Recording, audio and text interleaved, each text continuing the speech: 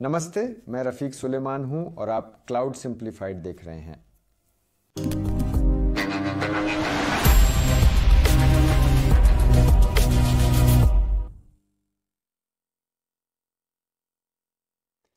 सभी को नमस्कार और क्लाउड प्रैक्टिशनर एक्सप्रेस के एक और पाठ में आपका स्वागत है।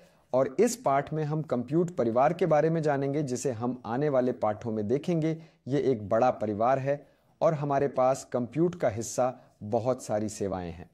आइए इसके साथ परिवार शुरू करें। शुरुआत करने के लिए हम कंप्यूट परिवार में पहली सेवा के साथ शुरुआत करने जा रहे हैं और इसे हम अपना AmazeNN ECII कहते हैं।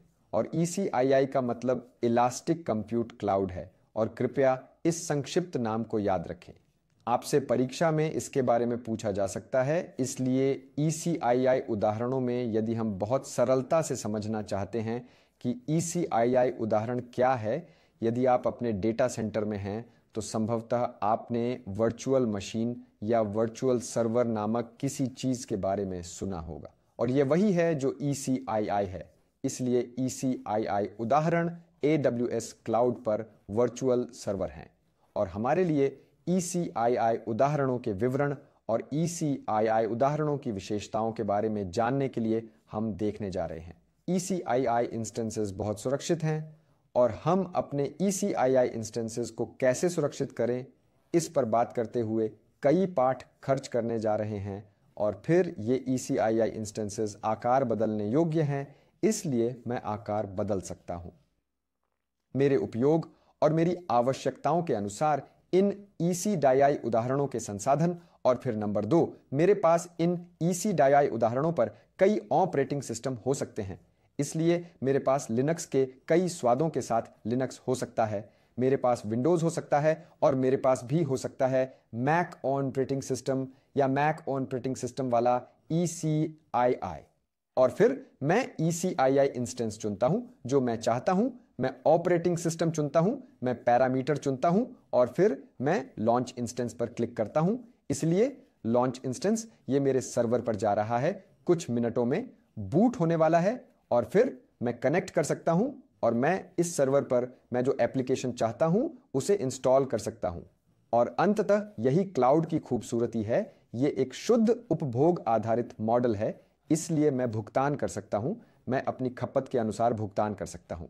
अब आगे देखते हैं कि ECII इंस्टेंस प्रकार क्या हैं, क्योंकि हम देखेंगे कि मेरे एप्लीकेशन की अलग अलग आवश्यकताएं हो सकती हैं और प्रत्येक एप्लीकेशन के लिए आपके पास अलग अलग आवश्यकताएं हो सकती हैं, या आप एक अलग ECII इंस्टेंस प्रकार तैनात कर सकते हैं। यह लिंक है, यदि आप इस लिंक पर क्लिक करना चाहते हैं तो मैं इस लिंक को वीडियो विवरण में डाल दूंगा और फिर आइए स्वयं इस लिंक को देखें। तो अब आइए जानें कि विभिन्न ECII इंस्टेंस प्रकार क्या हैं। इसीलिए पहले प्रकार को सामान्य प्रयोजन कहा जाता है और जैसा कि आप विवरण से देख सकते हैं, सामान्य प्रयोजन गणना और मेमोरी के बीच संतुलन प्रदान करेगा, इसीलिए यह गणना के बीच एक संतुलित उदाहरण है। और मेमोरी, लेकिन तब क्या होगा यदि मेरे पास एक एप्लीकेशन है और इस एप्लीकेशन को अधिक कंप्यूट की आवश्यकता है, तो इस मामले में मैं दूसरे परिवार में जाता हूं जिसे कंप्यूट ऑप्टिमाइज्ड कहा जाता है। और जैसा कि आप देख सकते हैं कि compute optimized compute bound application के लिए आदर्श हैं, जिसका अर्थ है कि ऐसे एप्लीकेशन जिन्हें उच्च प्रदर्शन की आवश्यकता होती है प्रोसेसर, इसलिए ये कंप्यूट है, तो इसका मतलब है कि मेरे पास अधिक प्रोसेसिंग है और ये बैच प्रोसेसिंग जैसी किसी चीज के लिए बहुत उपयुक्त है, जो कि प्रसिद्ध उदाहरण है जिसे आप परीक्षा मीडिया ट्रांसकोडिंग में उच्च प्रदर्शन वेब सर्वर पर भी रख सकते हैं।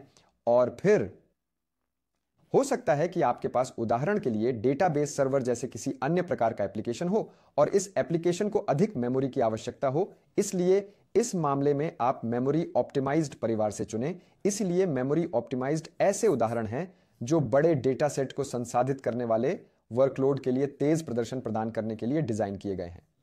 मेमोरी और निश्चित रूप से एक उदाहरण एक डेटाबेस उदाहरण है।